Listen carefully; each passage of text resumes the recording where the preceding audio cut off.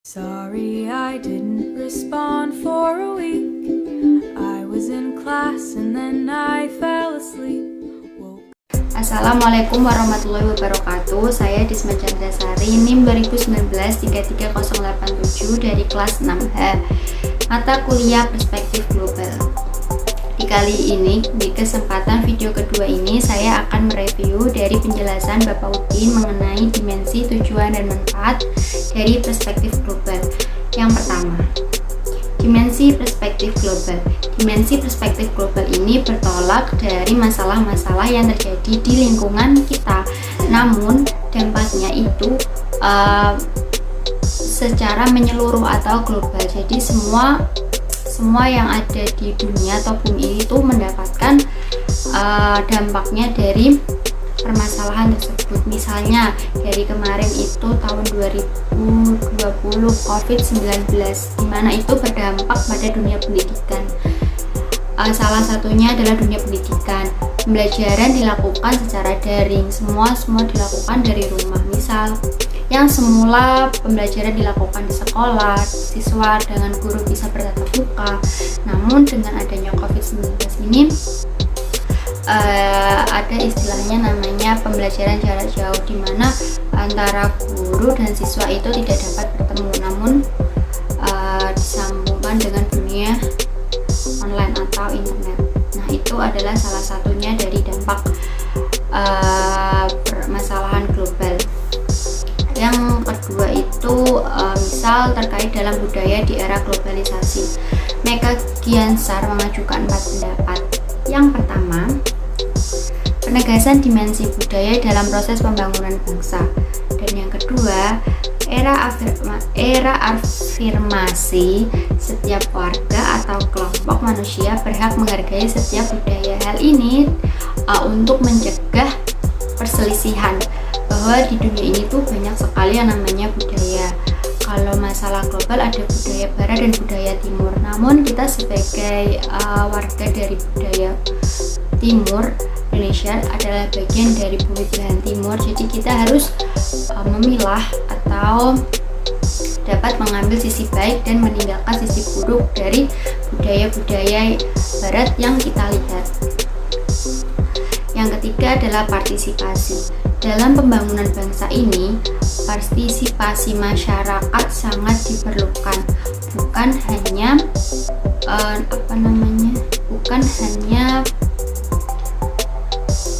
bergantung kepada pemerintah untuk menyelesaikan permasalahan-permasalahan yang ada di Indonesia, tapi kita sebagai masyarakat juga dapat ikut membantunya dalam skala kecil, misal dalam skala lingkungan kita sendiri. Yang keempat adalah kerjasama antar budaya. Jadi kerjasama antar budaya ini sangat-sangat diperlukan agar kita itu saling mengisi, sehingga adanya kemajuan dan peningkatan dalam bidang kebudayaan antar bangsa yang terjalin. Yang ke-B atau yang kedua dari pembahasan kita adalah manfaat perspektif global. Nah, manfaat perspektif global ini ada 4. Yang pertama, meningkatkan wawasan dan kesadaran bagi calon guru. Bukan hanya mengabdi, kita sebagai guru, misal kita ditempatkan pada suatu daerah terpencil, kita bukan hanya mengabdi, namun kita harus memiliki jiwa sosial, memiliki simpati terhadap masalah-masalah yang sedang dihadapi dalam lingkungan yang kita tempati tersebut. Serta kita sebagai guru juga harus bertindak kita harus bertindak yang mencerminkan sikap baik, karena apa yang kita lakukan, apa yang kita omongkan, atau apa yang kita bicarakan itu akan berdampak bagi masyarakat luas, bukan hanya kita.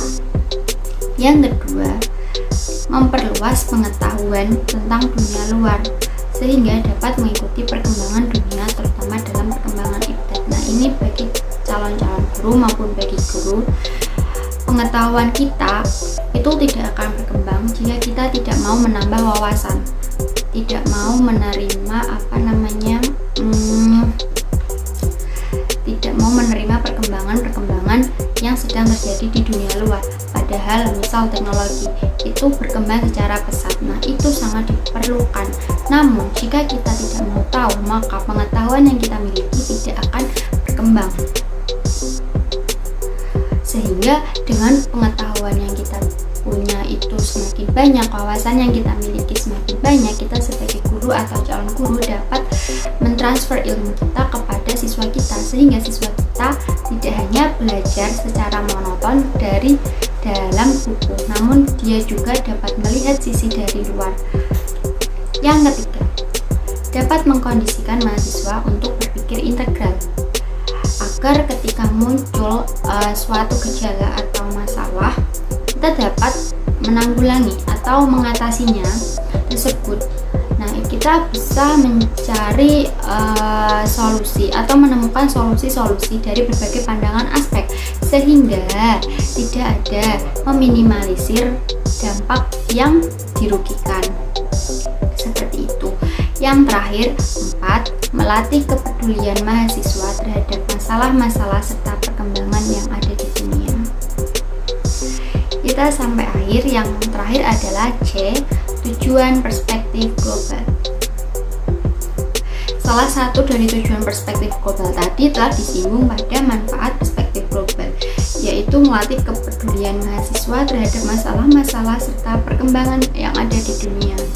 Nah, setelah terwujudnya tujuan perspektif global tersebut, dengan harapan dapat diimplementasikan ketika kita menjadi guru, dapat memberikan bekal pengetahuan kepada siswa tentang pentingnya pengetahuan dalam memahami atau menghadapi masalah-masalah tertentu dan menemukan solusi yang tepat yang telah dianalisis dari berbagai sisi pandangannya. Pentingnya kita mengetahui problem yang ada di dunia, pentingnya penanaman kesadaran dan wawasan terhadap siswa sebagai landasan dalam melakukan tindakan yang berdampak global, agar tidak melakukan tindakan yang berdampak buruk bagi global juga. Kita perlu mengubah pola pikir siswa kita agar bijak dalam bertindak, bersosial masyarakat, bermedia sosial, dengan selalu memberikan dan menekankan pada contoh-contoh yang baik. Sekian resume dari saya. Bila ada kata yang kurang pas, mohon maaf. Wassalamualaikum warahmatullahi wabarakatuh.